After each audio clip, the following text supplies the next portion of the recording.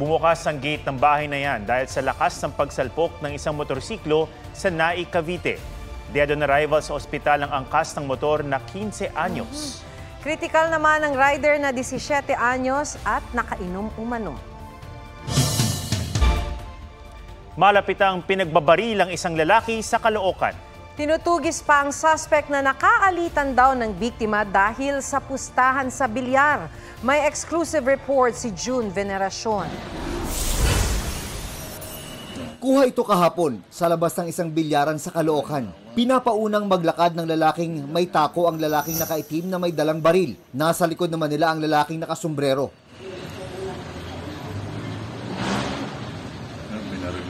Nawala sila sa kuha ng CCTV hanggang sa bumalik ang lalaki nakasombrero na hawak na ang dibdib.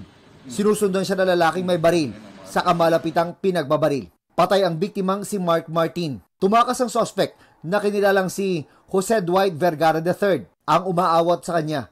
Tatay pala niya na di na rin mahanap. Nagkainitan ng suspect at biktima dahil sa pustahan sa pinapanood nilang bilyar. Inamo na po ng suntukan.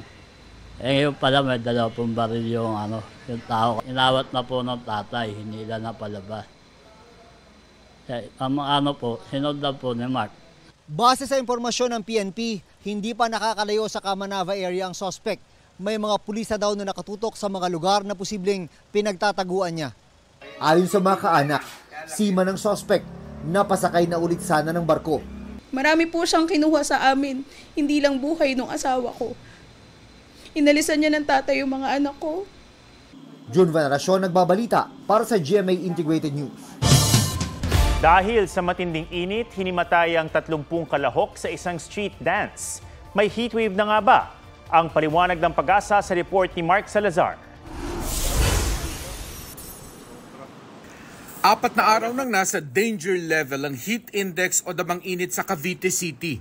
Ngayong araw, naitala ito sa 45 degrees Celsius. Bahagyang mas mababa sa 48 degrees Celsius kahapon. Sobrang init talaga, sir. Kaya naglagi na lang kami nakaubad. Ano po kasi siya diabetic, bago na-stroke, kailangan niya talaga ng malamig. Tsaka maya po naliligo. Ang Barangay 58, araw-araw na nagpapa-movie marathon with aircon para may matambayan ng kanilang mga senior citizen. Walang dudang ang matinding init, delikado. Sa Santa Catalina, Negros Oriental, hinimatay ang 30 lumahok sa street dance para sa Pacol Festival.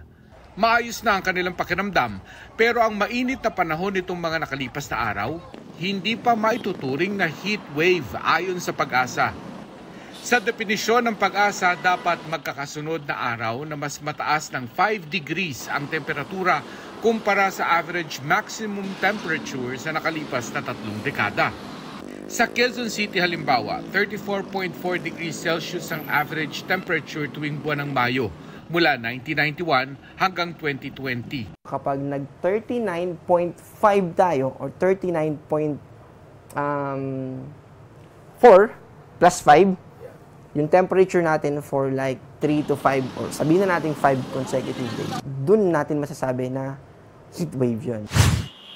Tulad sa Bangladesh na may nationwide heat wave alert, mas mainit ng 5 degrees ngayon kumpara sa parehong panahon nung nakaraang taon. Suspendido ang mga klase roon. Daan-daan ang sabay nagdadasal para umulan. Sa Thailand, umabot sa 30 ang patay dahil sa heat stroke. Record-breaking naman ang init ngayong Abril sa Myanmar. Mark Salazar, nagbabalita para sa GMA Integrated News.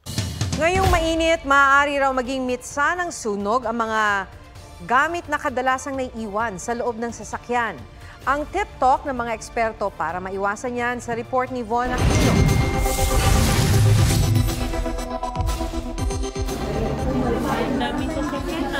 Nitong Lunes nasunog ang 19 na sasakyan sa NAIA Terminal 3 sa gitna ng matinding init ng panahon.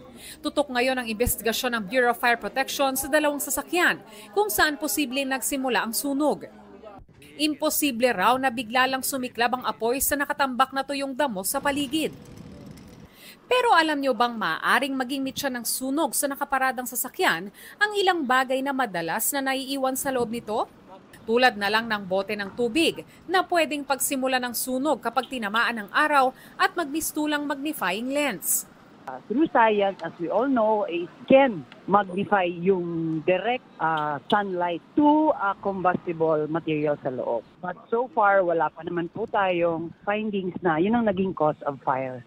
Pag uminit yan, sisingaw eh. Pag sumingaw yan, spark lang ang kailangan, pwede sumabog. Di rin daw dapat iniiwan sa loob ng sasakyan ang mga combustible at flammable materials tulad ng aerosol sprays, cigarette lighters at electronic gadgets tulad ng power bank. Pati ang mga pagkaing maaring mapanis at gamot, maaari rin daw magkaroon ng chemical reaction kaya wag din iwan sa loob ng sasakyan. Para rin maiwasan ang sunog o pagsabog ng sasakyan, tiyaking walang fuel o oil leaks ang sasakyan. Regular din daw na i-check ang electrical wirings. Kasi mag-spark lang, magkaroon ng spark sa loob ng makina, delikato pag ganyan kainit eh. Kasi madaling magkaroon ng sunog eh. Kung matagal iiwan ng sasakyan, maaaring i-disconnect ang baterya. Gumamit din ng mga visor o buksan ng bahagya ang bintana para hindi maipon ang init sa loob ng sasakyan. Iwasan ding mag-park katabi ng mga bagay na pwedeng masunog, tulad ng mga basura o damuhan. At kung maaari, iparada sa malilim na lugar ang mga sasakyan. Von Aquino nagbabalita para sa GMA Integrated News.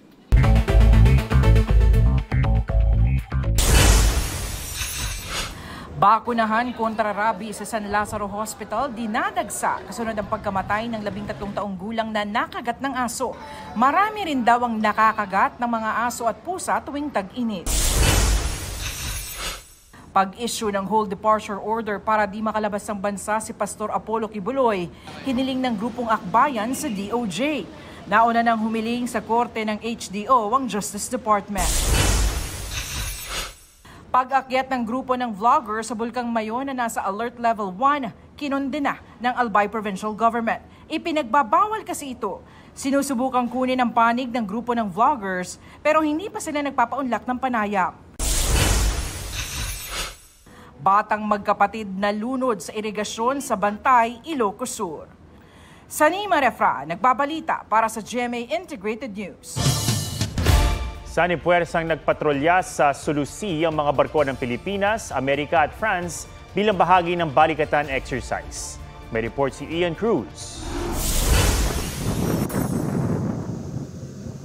Isa-isang umalis ng Puerto Princesa City ang French frigate na Vendémiaire, ang dambuhalang landing dock ship na USS Harper's Ferry ng Amerika at ang patrol vessel ng Pilipinas na BRP Ramon Alcaraz, at ang landing dock ship na BRP Davao del Sur kung saan kami embedded.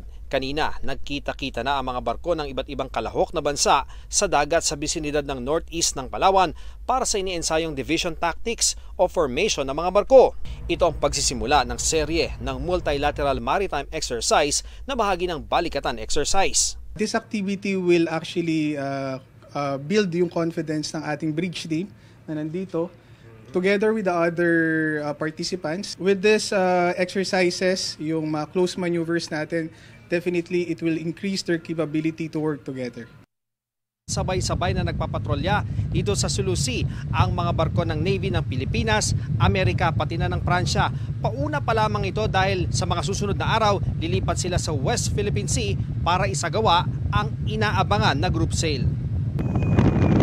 Sa unang pagkakataon, lalabas ng 12 nautical miles na territorial waters ng Pilipinas ang isang maritime exercise ng balikatan. Dadalhin ito sa West Philippine Sea, pasok pa rin sa 200 nautical miles exclusive economic zone ng Pilipinas kung saan agresibo ang China. Mahalaga raw ang pagpapatrolya natin sa ating EEZ kasama ang mga kaalyado. Nitong Martes, sinabi ng Philippine Navy na umakyat na sa 110 Chinese militia vessels ang nasa West Philippine Sea. Iba pa ang mga nakakalat na barko ng China Coast Guard at warship ng People's Liberation Army Navy. Kaya paano kung may lumapit na Chinese vessels sa gitna ng balikatan exercise? Sa tingin ko walang magiging problema because this is an annual event naman between the US and the Philippines. Ang balikatan exercises is not directed to any particular country. So ito pong exercises na to is for our defense. Dapat po lahat po ng bansa ay may karapatan po na i-fortify ang ating defenses. Ian Cruz nagbabalita para sa GMA Integrated News. Sparkle star Andrea Torres all glammed up sa event ng Bridgerton series sa New South Wales, Australia. I think every fan's dream come true. Di ba when you watch Bridgerton, parang wini-wish mo na sana nandun ka. As a girl na sana suot mo yung mga damit nila. Little Princess nina Dennis Trillo at Shenilyn Mercado na si Dylan nag-Sesame Street themed photoshoot for her second birthday. Makiling star Derek Monasterio fit and hot bilang cover ng isang local lifestyle magazine. 80s pop star Debbie Gibson nasa bansa para sa concert bukas. Nelson Canlas nagbabalita para sa GMA Integrated News.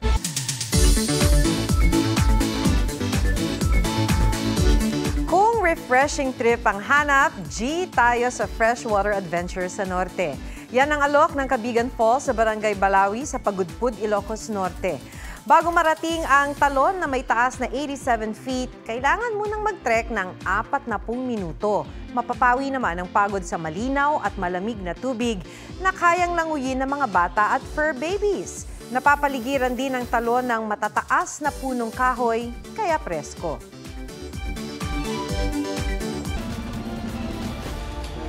Ang istorya ng mga pagsubok at tagumpay ng mga atletang Pinoy, inihahatid ng GMA Integrated News sa telebisyon, radyo at maging sa mga digital platforms.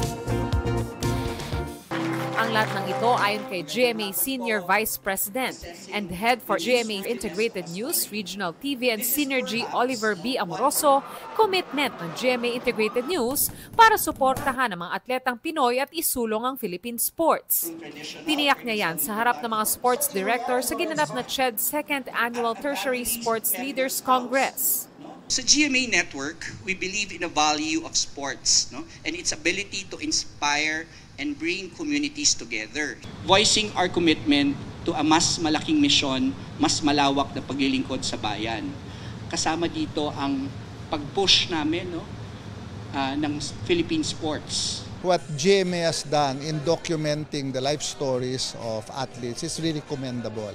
And it is important because it is done in an assembly where we have put together all the sports directors, the coaches, the sports officials of all the universities in the country. Ginawaran ng CHED ng Sports Leadership Award ang GMA Network para sa strong collaboration nito sa CHED Sports at pagbibigay ng extensive coverage sa CHED Sports programs at events. Gayon din ang pagpapakita ng strong partnership sa CHED programs at activities.